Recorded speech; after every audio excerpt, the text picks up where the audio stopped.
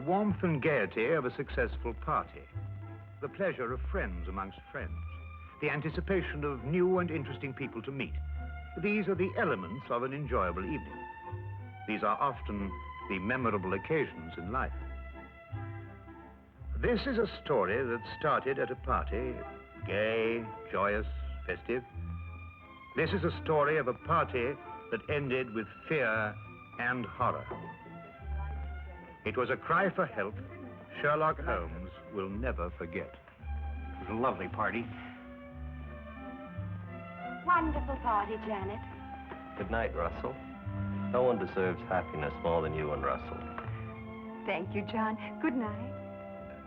Wish that John were just one half as attentive as Russell. If you ever want to get rid of him, send him to me. Good night, Louisa. Good night. Good night. Oh, I love them all. But is it unkind of me to say that I'm glad we're finally alone? Not unkind at all. Just leave everything till tomorrow, Susan. Thank you, madame. Good night.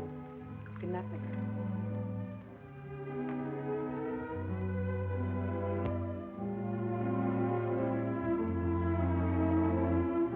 You've made me very happy this evening, darling. I really am the luckiest woman in the whole world. Our first anniversary. I wanted you to be happy this year.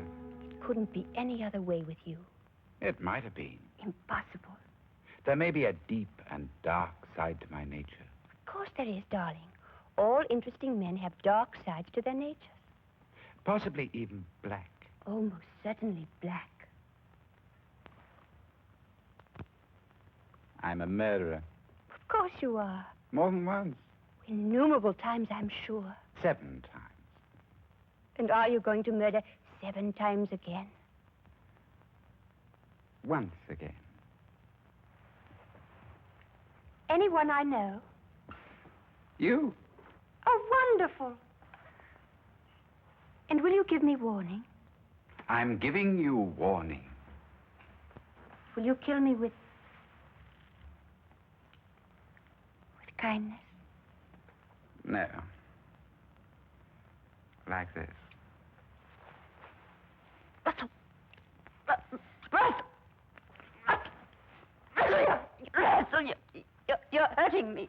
Russell, whatever came over you? I told you, my darling. Tomorrow, at exactly 9 o'clock, I will strangle you as I have strangled 7 before.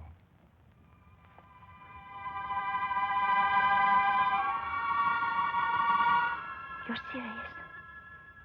About the art of murder, I am always serious. I've used it as it suited my convenience. Death is my only true friend. Russell, don't talk like that. You don't believe me now, my dear. But you'll think about it. You'll come to know and to fear. Then you'll fly to the police and tell them what has happened. They may believe you, they may not. And tomorrow, at exactly 9 o'clock, I will kill you.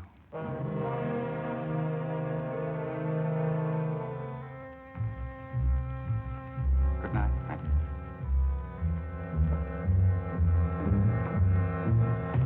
Oh, yes. Happy anniversary, my dear.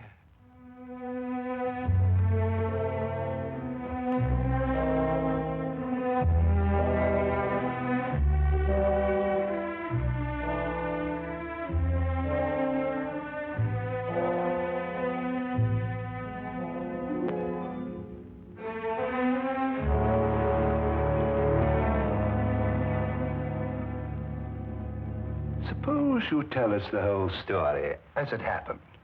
It might be easier that way. Of course. I'm Mrs. Russell Partridge. Your husband's the art collector? That's right. Ah, he's a wonderful man, your husband. I first had the pleasure of meeting him when we were guarding the French collection that came over. He's a wonderful man. Everyone says so. Yes.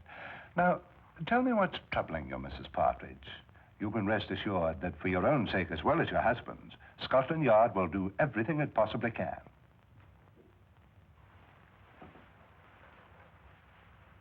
It was nothing. Nothing? I was mistaken. I can see it now. Probably the result of too much party last night and an overactive imagination. Well, perhaps you care to tell me about it anyway. It may help to dispel any doubts you have. It isn't necessary, really. I'm sorry to have taken so much of your time, Inspector. I'm sure you're a very busy man. Mrs. Partridge, I'm very pleased to hear you feel this way now. What do you mean? Your husband told me of the incident last night. He was afraid you wouldn't be able to overcome the delusion. My husband told you? Yes, he was here this morning. What did he tell you? Only that you were suddenly overcome by the idea that he intended to harm you. You're over that now, I see. My husband told you that? May I say, Mrs. Partridge, that in my experience here at Scotland Yard, I've met many people who thought for a short time that they were being persecuted. But it passes. And your husband will help you, I'm sure.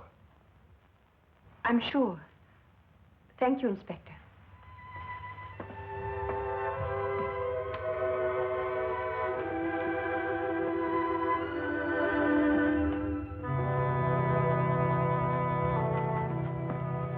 Well, what do you make of that, sir?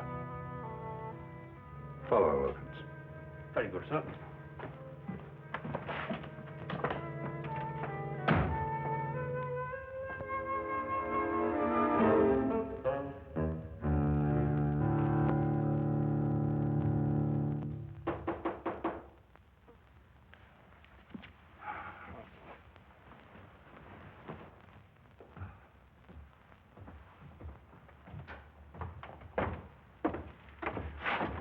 Yes?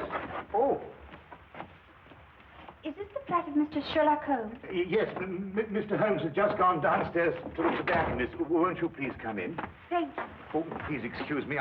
Would you like to sit over here? There. Would you care for anything? I have some fresh tea made. No, thank you. You say Mr. Holmes will be right back. Oh, yes. Oh, forgive me. I'm Dr. Watson. How do you do? I'm Mrs. Russell Partridge. Oh, your husband's the art collector. Yes, Oh, I met him not long ago. Wonderful man. thank you. Of course, I'm not much an authority on art myself. I just like what I like, you know. But I understand he's one of our leading judges. Yes, that's true. Wonderful man. Interesting, too. Yes. I think perhaps I'd better leave. I was wrong to think that... What a beautiful day, Watson. Perfectly exquisite. We really must make an effort to get out and about more often and see the beauties that I beg your pardon, madam. I didn't realize we had a guest. May I present Mr. Holmes? This is Mrs. Russell Partridge. Do forgive the exuberance of my entrance, madam. I'm delighted to meet you. Won't you sit down? I think that I realize the situation is a delicate one. How do you know? Because you didn't wish it to be known that you'd come here. So you left your carriage at the corner of the street and walked. You saw me? No, as a matter of fact, I didn't. But I observed that the hem of your skirt has picked up a certain amount of dust from the street. And though you undoubtedly came by carriage, because your shoes, which are extremely fashionable ones, were not meant for comfortable walking. Mr. Holmes, I need your help. In what way, Mrs. Partridge? I believe my husband is going to kill me. Russell Partridge? Why do you believe this, Mrs. Partridge? He told me he would. Last night. Why, that's impossible. I had the same reaction at first, Dr. Watson. It couldn't be true. Not by Russell. As everyone tells me, he's such a wonderful man. And when did he say he was going to do this? Tonight, at 9. And then he said something impossible, Mr. Holmes.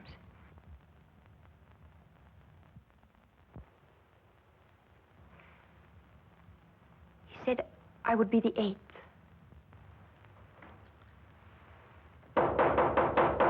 Excuse me.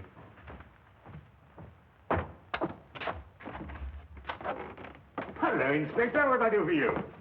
Hello, Dr. Watson. I want to speak to Mrs. Partridge. How do you know she's here? I had her followed from Scotland Yard. Oh, I see. I'm sorry to have to do this, Mrs. Partridge, but I was afraid you might still think you were in danger. I see now that you do. I'm sorry.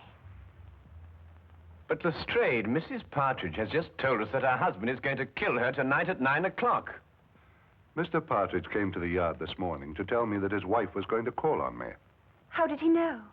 He said you told him you were going to call. That's not true. I decided to do it this morning. It was 10 o'clock, I remember. Mrs. Partridge, at 10 o'clock, your husband was still sitting in my office. Mr. Holmes, I don't understand. I don't understand how Russell knew I would go to see Inspector Lestrade. I swear I never told him. Everything I told you is true, exactly as it happened. Do you believe that?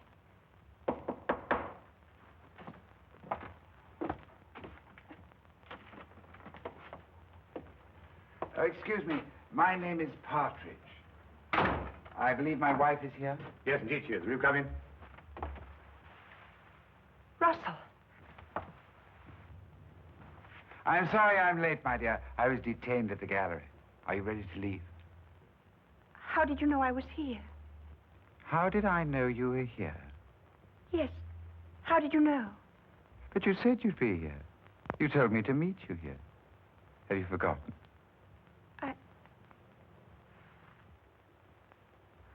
I must have forgotten. Excuse me. Forgive me for interrupting you, gentlemen, and thank you for any consideration you may have shown my wife. Good day. Good day.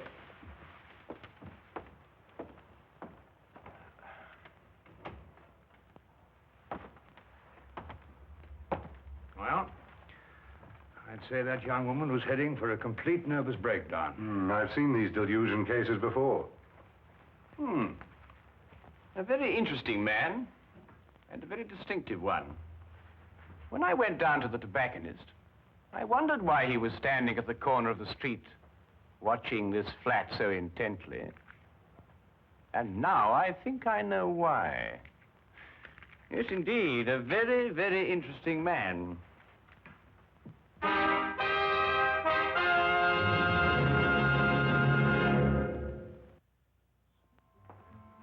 Well, Lestrade, there were two incidents in the romantic life of Russell Partridge.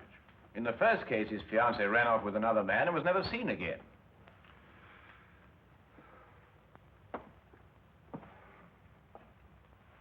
She ran off with an American, didn't she?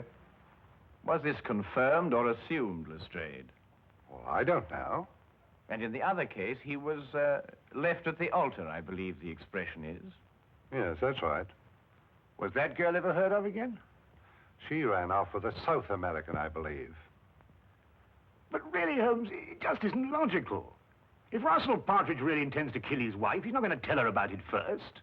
That'd be putting a rope round his neck. Would it be? Do either of you really believe that? It isn't logical, Holmes. It isn't usual, Lestrade. But this man is just amusing himself. He's an insane fanatic. And unless you get a warrant out for his arrest, I, for one, won't be responsible. Now, look here, Holmes. I can't ask for a search warrant every time a man's left at the altar. What would you be looking for anyway? The evidence of the 7 other murders he told his wife he'd committed. Holmes, you must understand that, well... Or the 8th will be on your hands.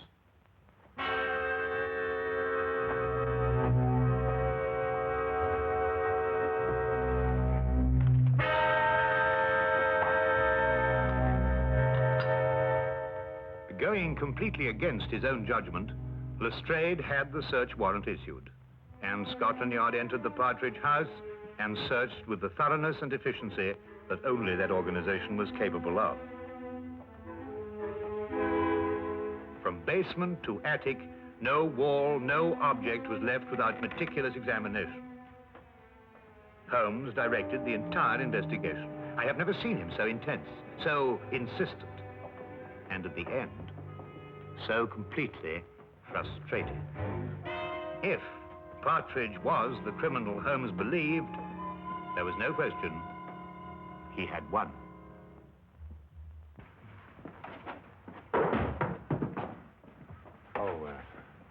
Naturally, Mr. Partridge, the yard will assume responsibility for putting things back as they were. Thank you, Inspector. I do hope you'll forgive us bursting in like this. It's, Mr. Holmes who... I understand Mr. Holmes very well. I suppose I'd feel the same way, under the circumstances.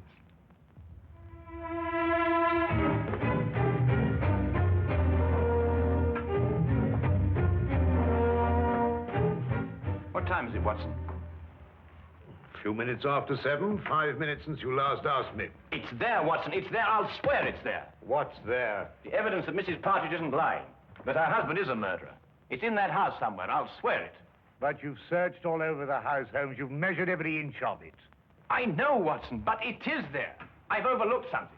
And unless I can find out what it is, that girl is going to be murdered in 2 hours. He said 9 o'clock. Even if he intends to murder the girl, he doesn't have to do it on schedule. But he does. That's part of his disease. That man works like a clock.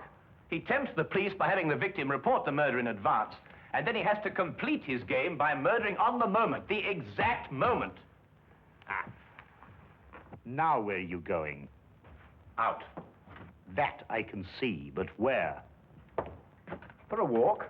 We believe we searched every inch of that house. Now I've got to find the one place that I missed.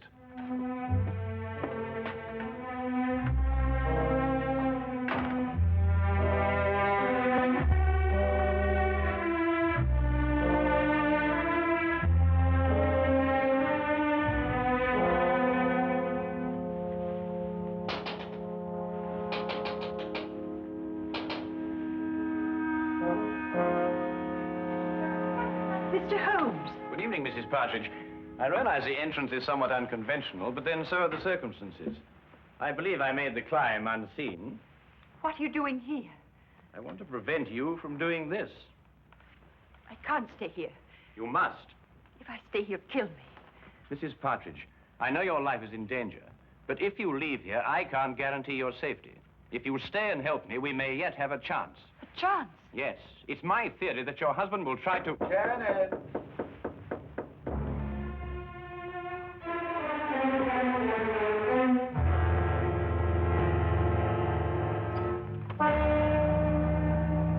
Hello, my dear. You were so quiet up here, I thought perhaps something was wrong. Are you planning a trip? No. Going out, perhaps? I was. Then I changed my mind. Why did you change your mind? Because I think you're lying. You're insane, Russell. But I don't believe you're dangerous. I shall stay here tonight and leave in the morning. I'm glad you feel like that, Janet. It shows you have great strength of character. Where did you kill your other 7 victims? Here, in this house.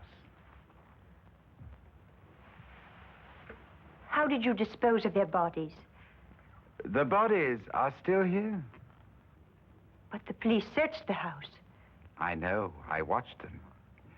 Very efficient. Especially with Mr. Holmes to guide them. A very clever man, Mr. Holmes. It was a tremendous temptation not to tell him where to look. It's 8:45. You have 15 minutes. Why don't you run away?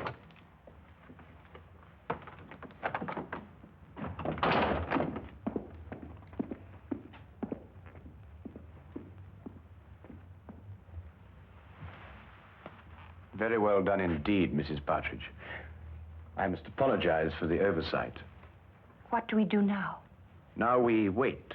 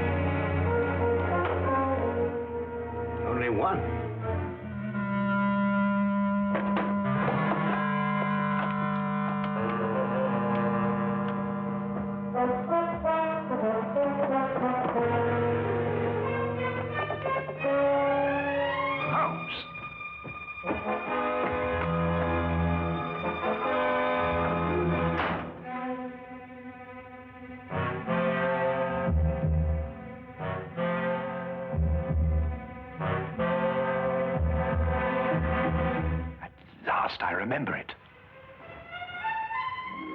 What is it, Mr. Holmes? Oh, one place I forgot to look. I'm going to step outside now, and I want you to count up to 10, go to the head of the stairs, and then start slowly down. Will you do that for me? I'll try. Don't worry. I'll be there. 10 seconds, remember?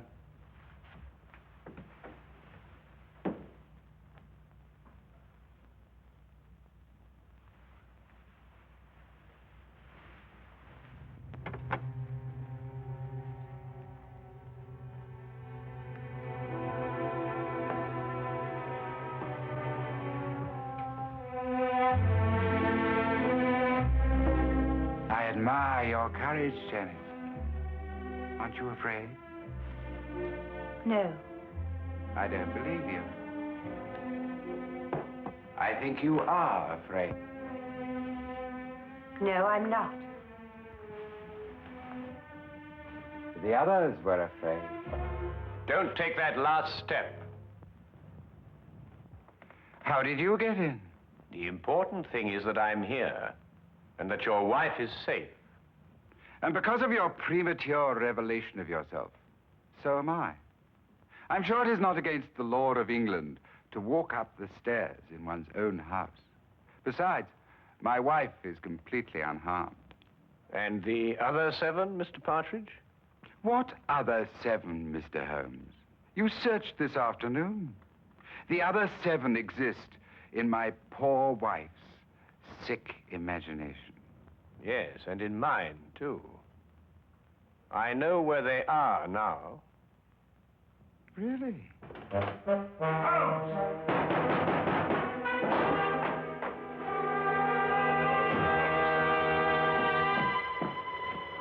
What's happened? Get the poker from the fire, Watson.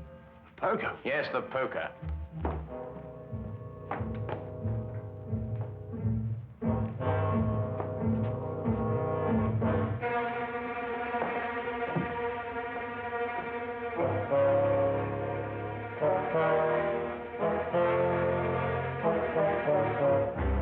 I imagine there is a way of opening your unique coffin, Mr. Partridge. And if not, Dr. Watson here is more than capable of breaking it open.